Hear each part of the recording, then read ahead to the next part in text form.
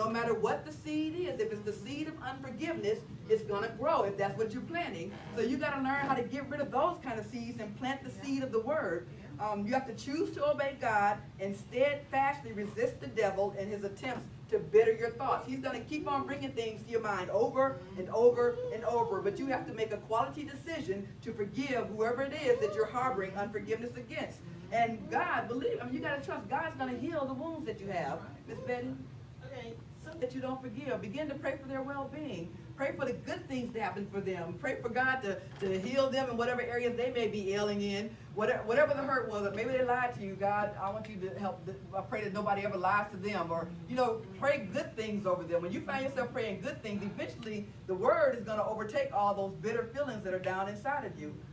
It's the same thing with even for yourself, condemning yourself. God, I know your blood covers me, and I'm no better than you. And if your blood is already covering what I've done, then who am I to think that I can hold it in? So you have to make a decision, Carolyn. But you know what? The Holy Spirit. So you got to depend on the Holy Spirit. Ask the Holy Spirit to give you direction, and you have to really be willing and want it. I mean, when Miriam was putting me through what I was growing together, but I had to be willing to let God take it. When I said, because I tell y'all all the time, I always use him as an example because it's easy to use him, that I would be at the altar every week. Then God, every week. So had I let it go, if I'm going to God every time saying, I'm turning it over to you this time, God. This time I'm giving it to you every week, after week, after week.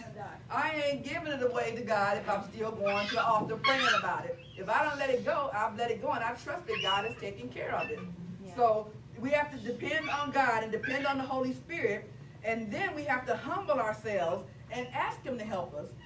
Sometimes that's the hardest part, to even get before God and say, God, can you help me? I can't do this on my own, because we're so proud.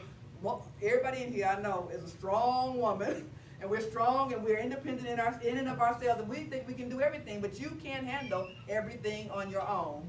Ask God, God, come in, help me with this person, dealing with this person, dealing with this unforgiveness that I have inside of me, even unforgiveness for myself, God. I can't seem to let it go, so please let your Holy Spirit come, and I turn it over to you. I trust that your blood has covered everything it is that I'm harboring right now.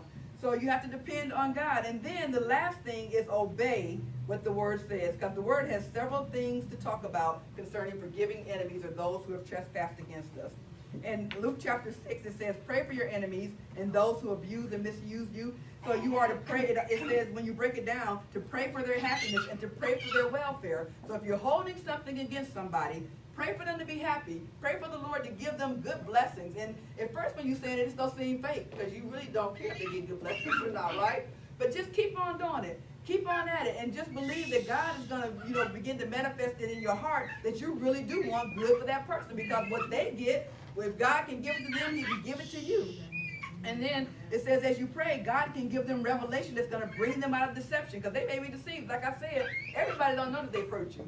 Everybody that you're mad at might not have a clue, and you haven't gone to them to say anything. Some people you probably can't even go to, like Carolyn with her with her husband.